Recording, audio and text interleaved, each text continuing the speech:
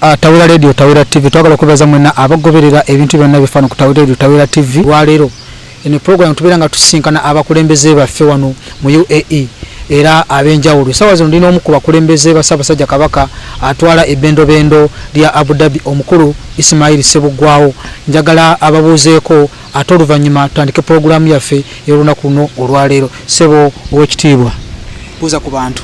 Assalamu alaikum warahmatullahi wabarakatuh. Mbalamusizza nnyo abatwala bonna balaba Tawera Radio ne Tawera TV ne banna Uganda bonna mu Abu Dhabi ne UAE okutwaliza awamu. Nsanyuse nnyo okuba nti Ssebo mpadde akakisa kano okuba nti nno mbeerako ku Tawera Radio ne Tawera TV ali tubeebaza okubeera nga mutuweereza entakera okuba nti nno mukavaringa n'okulanga ebintu ebikwatagana ku ssaza lyaffe lino erya Buganda erya UAE Ssaabasajja lye yasiima okuba nti atongoza n'okuba nti nno mutegeeza abantu ku biki ebikwatagana ne bannayuganda bonna okutwaliza wamu mu kyondo kya Buwarabu wano naddala mu UAE na Abu Dhabi. Amina. Oyo musajja wa Ssaabasajja Kabaka Ismail Ssebugwawo naye nga mujjukire nti nno Kabaka wa Buganda yasiima n'atuwa wano essaza eritwala ensi zonna ez'Obuwarabu wano naye nga ekitebe kiri wano mu Dubai era omusajja wa Kabaka akikulira ye mukulu Abbas Nsubuga. Naye sawa zino ndi omu ne kuba bakola nabo agenda kuba nga atubulira programu eri okubanga bawezezza omwaka mulamba nga batuweereza nga baddukanya emirimu gya Ssaabasajja Kabaka. So mukulu Ismail Ssebugwawo njagala onyonyole ku bantu programu ki eriwo tugenda okujaguza omwaka mulamba nga mukulembera programu ki eriwo? Okusookera ddala kanyongero kansooka okutangazaamu nti Ssaabasajja yasiima naggulawo essaza n'atongozaawo essaza lino mu UAE oba mu Buwarabu era nga mukama waffe atula Dubai nze Ismail Ssebugwawo nze mukungu wa Kabaka atwala ebbendobendo lya Abu Dhabi lino ate era nga nze myuka ebanga ndi omu ku bamyuka b'omukungu b'owekitiibwa Abbas Nsubuga. Tuyina omukolo gwe tutegeka gugenda okubeerawo ng'omukolo guno gutegekebwa lwa kujaganya nga tuwezezza omwaka gumu bukya essaza lyaffe lino erya Buwarabu liggulwawo. Tusuubira okuba nti nno maama Nnaabagereka yagenda kuba omugenyi omukulu ku mukolo guno. Tusuubira Honorable Sentamu Kyagulanyi ajja okukyala ku mukolo guno nga Bobi Wine ajja kujjanga Bobi Wine ayinza obutajjanga mupina ayinza okujjanga Bobi Wine kuba nti na abeera naffe n'okusanyusa. So omukolo guno tugusuubira okuba nti nno gugenda kuba mukolo gw'amaanyi era tukunga bannayuganda bonna ne abaganda bonna abaami n'abazaana ba Ssaabasajja gye bawangaalira bonna babeerenga abagwegattako. Nkunga abantu ba Abu Dhabi mwenna okubeera nti nno omukolo guno tugujjumbira tubeerenga tubudaabuda omwami wa Ssaabasajja n'abakungu be n'okuba nti nno n'okuba wamu mu nsonga eno okuba kino kintu kyaffe kintu kya Buganda kintu kitugatta tusanyuke tujaguze. Wajja kubaayo ddina mukolo gujja tandika ssaawa 9 gugwe ssaawa nga 4 ez'ekiro. Wajja kubaawo speeches ez'enjawulo okuva mu bagenyi abakulu. Wajja kubaawo okusanyuka weta entertainment abatusanyusa bajja kuba bangi abaawalo n'abava Uganda. Then tujja kukomekereza n'ekijjulo eky'amaanyi ffenna tuliire wamu ng'abantu ba Ssaabasajja abawangaalira wano. Tutuyina enteekateeka nga aba Abu Dhabi okuba nti nno tutuula meetings tujja bategeeza ekifo tunagenda okutuula naye nga tujja kutuuzanga meeting buli Lwakutaano tubeere nga tutema empenda nga ffe abantu ba Abu Dhabi buli tutya bwe twetekeddwa omukolo n'okukuŋŋaanya ejjamba kuba omukolo gwetaaga ejjamba ne ssente ez'okuguyimirizaawo. Naffe ab'ebbendobendo lya Abu Dhabi tubeere nga tussa ettaffaali ku mukolo guno oguba nti guyimirirawo. Bane tuyagala okwebaza mwena abawuliriza ba Tawera Radio Tawera TV kubanga tukyaza omukulu ono atwala ebbendobendo lya Abu Dhabi tulabye ddala ng'ebintu byonna biba bitambula bulungi. Naye okusingira twagala okukubiza mwena bannayuganda abantu ba Ssaabasajja Kabaka abawangaalira wano mu Abu Dhabi omukungu anti amaze obbakunga ffenna tujumbire omukolo guno kubanga omukolo gwaffe ng'Abaganda era nga bannayuganda. Mujjukire Ssaabasajja Kabaka buli walaba abantu be nga bawezeewo bangi Abaganda nga bawezeewo nga bavudde Uganda ateekawo essaza asobole okubeera nga abantu be abakumaakuma. Kale twagala okwebaza akakiiko akakulemberwa ow'ekitiibwa Abbas Nsubuga ng'ate n'abamyuka be ab'enjawulo okuli Ismail Ssebuggwawo atwala ebbendobendo lino ate n'omukulu Ismail Kamoga owa Shalujja kuba bakoze bulungi omulimu era ng'olunaku lwe bagenda otusomera lipooti olwa biki byonna byonna bye bazze bakola mu nsi yaffe Uganda nga basinziira okuva eno. Ssebo mukama wange otunyonyere ku nsonga tumanyi nti no Ssaabasajja Kabaka yateekawo enteekateeka ey'okusisinkana abantu be abawangalira mu nsi ezitali abawangalira mu diaspora oba abawangalira ebweru. Omukolo ogwo gutera okubeera ennaku z'omwezi nga 28. Njagala ensonga eyo Ssebo ogyogereko otya ey'omwaka guno? Webale nnyo Bwana Johnson Sengendo.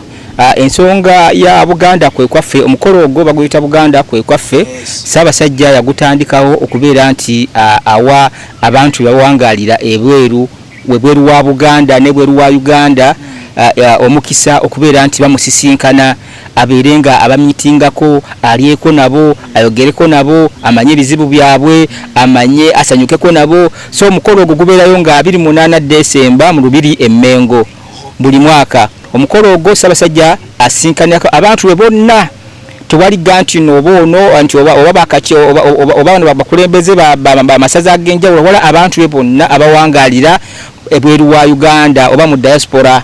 So omukolo ogwo guba mukolo mulungi nnyo gubaako abakungu bonna ab'Emmengo nga bakulembeddwa Ssaabasajja yennyini abaako n'abagereka ne Katikkiro n'abakungu be bonna n'abantu ab'ebitiibwa bonna okuva mu gavumenti y'Emmengo babeerako ku mukolo ogwo. Kubeerako abantu abasanyusa abayimbi ne kubeerako n'eddiina n'ekijjulo eky'amaanyi Ssaabasajja kyaggulawo gabula abantu be ku lunaku olwo.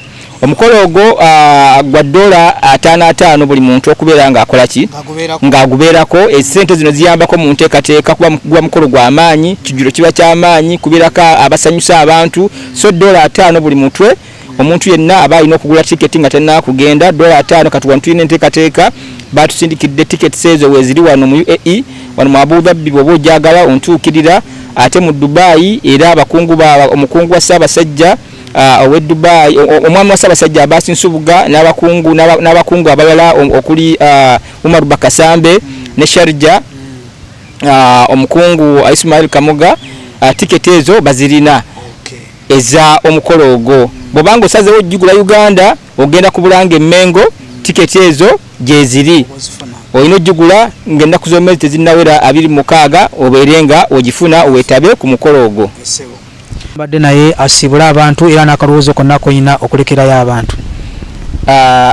Ssebo weebale nnyo bali ddala Bwana Johnson Sengendo okumpa omukisa guno okuba nti njogerako eri Obuganda obuwangalira wano mu UAE ne bannayuganda bonna okutwaliza awamu.